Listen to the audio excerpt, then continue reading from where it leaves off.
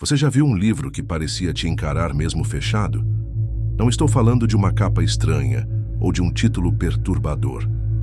Estou falando daquela sensação de que há algo dentro dele, esperando, como se as palavras quisessem sair, como se o papel soubesse de coisas que você não deveria saber. Hoje, eu quero te contar a história de um desses livros.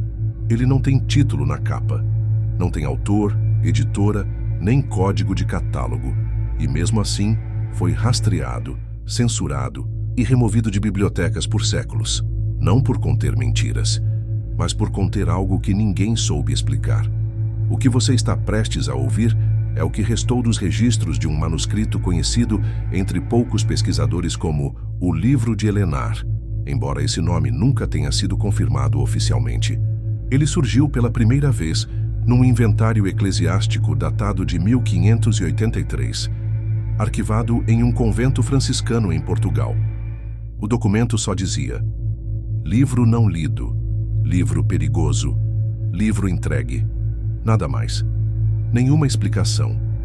Esse livro foi mencionado esporadicamente por monges, acadêmicos e até ocultistas ao longo dos séculos, sempre de forma indireta, sempre com medo, nunca pelo nome, só por termos como o texto sem voz, o manuscrito adormecido ou a cópia que muda. Em 1911, durante a restauração de uma biblioteca em Praga, um bibliotecário chamado Emil Harsanek encontrou um volume preso atrás de uma parede falsa. A encadernação estava intacta, feita de couro escurecido por tempo e umidade. Não havia letras na lombada, apenas um símbolo, 2 círculos concêntricos, com uma espiral invertida ao centro. Curioso, Emil começou a folhear o conteúdo. Aí começa o problema. As primeiras páginas estavam escritas em um idioma que ele não reconheceu, e Emil falava latim, grego e aramaico. Mesmo assim, ele descreveu a sensação de entender sem conseguir traduzir. Como se as palavras falassem direto à mente, só que quanto mais lia, menos dormia. Relatórios posteriores mostram que Emil começou a escrever obsessivamente em cadernos, copiar trechos, repetir símbolos e frases que não sabia o significado. Suas anotações começaram a mostrar padrões geométricos, gráficos, circulares, nomes que não constavam em nenhum registro da época. Ele foi encontrado morto 9 dias depois. A causa? Esgotamento extremo com colapso nervoso. Foi enterrado sem que sua família soubesse o motivo real de sua morte. Mas o livro desapareceu da biblioteca naquele mesmo dia. Coincidência? Décadas depois, em 1947, documentos da Sociedade Antropológica de Londres mencionam discretamente a existência de um objeto textual perigoso em circulação privada, entregue anonimamente à entidade. O item foi classificado como inclassificável, guardado em um cofre e lacrado com instruções para não ser manipulado diretamente. Relatos internos dizem que 2 pesquisadores desmaiaram ao tentar ler a 3ª página. Um deles acordou repetindo a mesma frase: ele não quer ser lido, ele quer ser lembrado. A frase é perturbadora, porque sugere que o conteúdo do livro não é apenas informação, mas uma presença, uma vontade, como se o texto tivesse consciência. A pergunta, então, não é só por que esse livro foi banido, mas por que ele insiste em reaparecer. O que mais incomoda nessa história é que ninguém jamais conseguiu traduzi-lo por completo. O idioma muda conforme quem lê.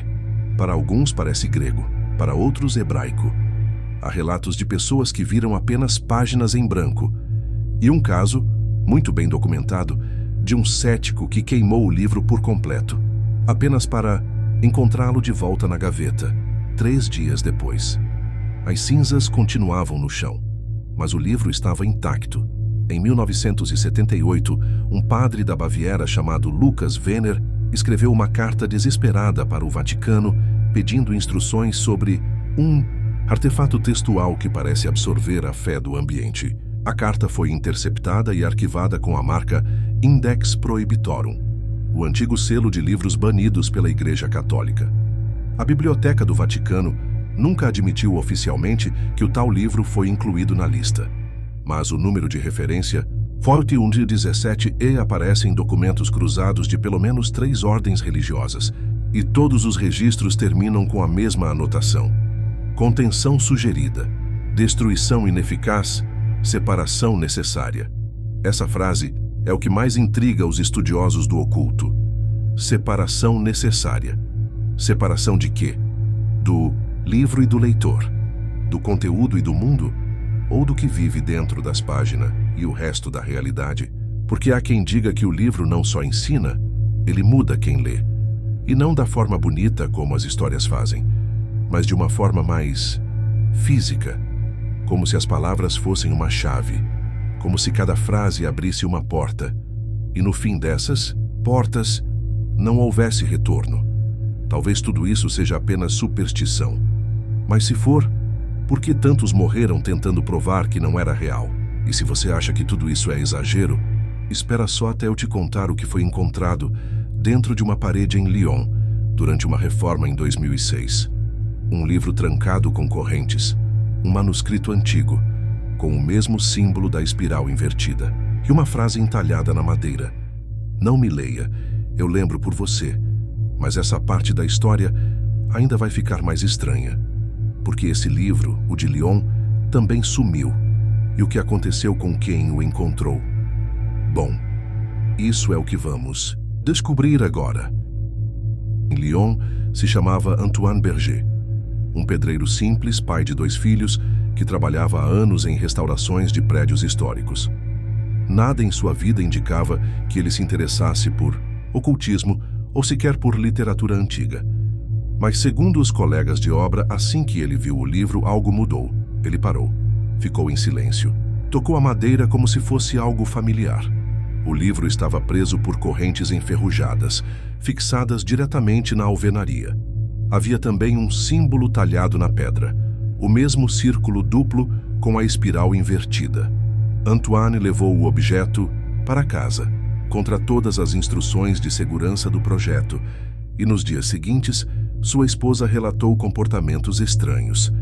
Ele dormia menos, falava sozinho, deixava bilhetes pela casa escritos em línguas que ninguém reconhecia. A televisão ligava sozinha no meio da madrugada. E o mais inquietante, páginas inteiras começaram a aparecer sobre a mesa, escritas com a caligrafia de Antoine, mas que ele jurava não ter escrito. Os médicos o diagnosticaram com um quadro psicótico agudo, mas o psiquiatra que o atendeu revelou algo que não consta nos relatórios oficiais. Antoine começou a perguntar, repetidamente, se alguém mais ouvia a respiração entre as palavras. Essa frase nunca fez sentido para os médicos, mas para quem estudou o livro de Elenar, ela é reveladora. Segundo o ocultista soviético Leonid Fomitch, que alegava ter tido acesso a uma cópia em 1954, o livro não possui um texto passivo, como os demais. Ele se comporta como se respirasse entre os trechos, pausas invisíveis, marcas sutis, como se estivesse esperando algo do leitor. Como se o livro lesse de volta. Leonid morreu em um incêndio misterioso poucos meses depois de publicar esse relato. Seus arquivos foram confiscados pelas autoridades da época. Nada foi recuperado. No caso de Antoine Berger, a situação tomou um rumo ainda mais perturbador. Um ano após encontrar o livro, ele foi encontrado completamente catatônico, sentado em posição fetal no porão de casa, cercado por páginas arrancadas e cobertas de símbolos. A parede à sua frente estava preenchida com desenhos circulares e palavras repetidas centenas de vezes. Eu li. Eu vi. Eu fui. Ele nunca mais falou. Nunca mais reconheceu a família. Mas o livro desapareceu novamente. Esse é o padrão. O livro aparece, muda quem o toca e depois some. Um pesquisador alemão chamado Tobias Hauck, que dedicou a vida a rastrear textos malditos, reuniu uma lista com pelo menos 18 ocorrências similares em diferentes países, todas com o mesmo padrão simbólico. O detalhe mais impressionante é que nenhum dos relatos foi feito por pessoas que se conheciam. Eram de diferentes épocas, culturas, idiomas, e ainda assim desenhavam os mesmos símbolos. repetiam as mesmas frases, tinham os mesmos sonhos, com um quarto escuro, uma vela que nunca apaga, e um livro aberto no centro, com páginas que viram sozinhas. Tobias publicou essas informações em um artigo underground. O arquivo foi removido da internet menos de 24 horas depois. Seu site foi derrubado. Seu nome desapareceu de registros acadêmicos e seu apartamento foi encontrado completamente vazio, como se ele nunca tivesse morado lá. O que se sabe é que, pouco antes de desaparecer, ele enviou um áudio para um colega. A gravação tem menos de 10 segundos. Nela, Tobias apenas sussurra: "As páginas estão olhando para mim." Depois disso, silêncio. Algumas pessoas afirmam que o livro é apenas uma fábula moderna, que todos esses eventos podem ser explicados por distúrbios mentais, coincidências e delírios coletivos. Mas, como explicar os registros cruzados? Os nomes que se repetem, a presença constante do mesmo símbolo em diferentes países e séculos. E mais importante, por que qualquer tentativa de divulgar informações sobre o livro é imediatamente censurada? Uma teoria pouco conhecida, mas profundamente assustadora, diz que o livro não foi escrito por um ser humano, não no sentido tradicional. A hipótese é que o livro tenha sido escrito através de alguém, um tipo de transmissão, como se a pessoa que escreveu estivesse possuída ou em transe. Uma escrita automática, conduzida por algo externo. Essa ideia ganha força com o caso de Clara Dürr, uma jovem monja alemã do século XVII, que foi exorcizada após registrar em seu diário palavras em idiomas desconhecidos, muitas das quais são idênticas às encontradas nas cópias remanescentes do livro de Elenar. Os padres queimaram tudo, mas um pedaço do diário foi salvo, e nele estava escrito: "Não é o livro que é proibido, é o que vem com ele."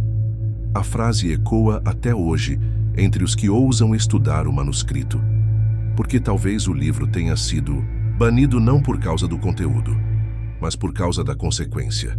Toda vez que alguém lê, algo se aproxima, algo acorda, algo que nunca teve nome, ou que teve, e nós esquecemos por sobrevivência. Se você acha que isso é exagero, lembra do que disse Emil Harsanek, o bibliotecário de Praga, antes de morrer. O texto não tem fim. Ele continua, mesmo quando você fecha o livro. Ele te segue. E se for verdade, se o que foi escrito uma vez continua sendo escrito, só que agora, dentro da sua cabeça, é sobre isso que vamos falar agora, porque existe um último capítulo, um que ninguém ousa ler em voz alta. Há uma página final no livro de Elenar. Ela não aparece para todos. Em algumas cópias está completamente em branco, em outras, escrita com símbolos ilegíveis. Mas em relatos mais raros e mais perigosos, a página final se revela, após o leitor repetir uma frase. Ninguém sabe ao certo qual é a frase. Cada um parece dizer algo diferente. Mas todos relatam a mesma sensação após pronunciá-la, como se algo estivesse ouvindo pela primeira vez em muito tempo. Essa página final é chamada por alguns de o selo reverso. Nela, segundo os poucos relatos preservados, há um conjunto de instruções, não em formato de receita ou feitiço, mas como se fosse um convite, um texto que parece responder às perguntas mais íntimas do leitor, como se o livro soubesse quem você é, como se ele estivesse esperando por você. Em 1993, um linguista brasileiro chamado Rafael Monteiro, que trabalhava com traduções de manuscritos medievais, afirmou ter decifrado parte dessa última página. Ele contou isso a um grupo fechado, de pesquisadores em um fórum privado. Disse que a mensagem que leu o deixou sem dormir por 3 dias, não por ser ameaçadora, mas por ser impossivelmente íntima. Ele descreveu o texto como uma mistura de confissão e profecia, como se o próprio livro estivesse dizendo: "Você me escreveu, e por isso eu te escrevo de volta." No 4º dia, Monteiro foi encontrado desacordado em posição fetal com uma vela acesa e todas as paredes do escritório cobertas por espirais negras. No centro da sala, o livro, fechado e sem a página final. A partir daí surgiu uma teoria, entre os estudiosos do oculto. O livro não é um objeto fixo. Ele muda conforme a mente que o lê. Ele se alimenta de ideias, medos, desejos ocultos. Por isso, nunca pode ser traduzido por completo, porque ele só mostra o que você está pronto ou condenado a ver. Isso explicaria por que ele foi banido. Porque não é apenas um texto perigoso, é um espelho que te devolve o que você esconde até de si mesmo. E às vezes o que aparece não é mais você. A última ocorrência confirmada do livro foi em 2017, em Istambul. Um antiquário chamado Orhan Ertekin recebeu uma encomenda sem remetente. Dentro da caixa, um manuscrito encadernado em couro envelhecido. A descrição? A mesma de todas as outras vezes. Círculo duplo, espiral invertida. Nenhuma marca de editor, nenhuma referência. 3 dias depois, o antiquário foi encontrado morto, com os olhos abertos, as pupilas dilatadas e uma expressão de espanto. A autópsia não encontrou sinais de violência, nem toxinas, nem nada. Mas, curiosamente, suas cordas vocais estavam queimadas, como se ele tivesse tentado gritar por muito tempo.